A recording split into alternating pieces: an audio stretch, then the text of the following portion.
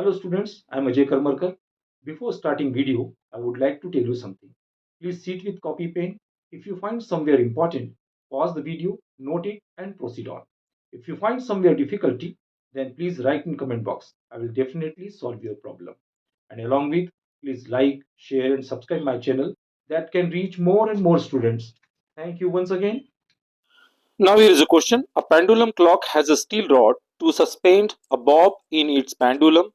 The clock is calibrated at 25 degrees Celsius. When the temperature is increased to 125 degrees Celsius, the percentage change in its time period is alpha of steel, means linear expansion is given 1.2 into 10 to the power minus 5 per degree centigrade, and we have given four options. Options are: first 0.06%, option second minus 0.01%, option third 0.03%, and option fourth 0.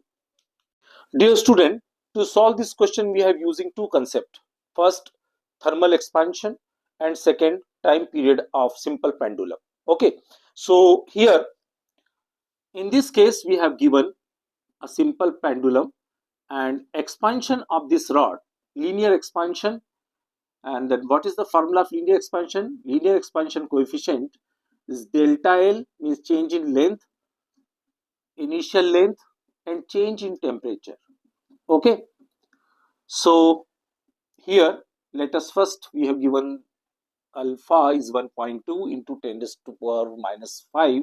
So 1.2 into 10 to the power minus 5, and delta T, delta L by L.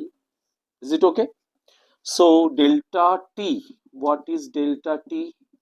Final temperature become 125, initial temperature 25, then delta L by L. So this is 100 is equal to delta L by L, means 1.2 into 10 to the power minus 5 plus 2 delta L by L, 1.2 10 to the power minus 3 delta L by L. Here put as it is. So here we get delta L by L. Okay, now we have come to the concept of time period. In simple pendulum, T is equal to 2 pi root L by G. Now using error formula, so all these constant terms G and 2 pi, that is constant term, so T is proportional to root L. It can be written as delta T by T 1 by 2 delta L by L. Okay, so this concept we have using to solve this question.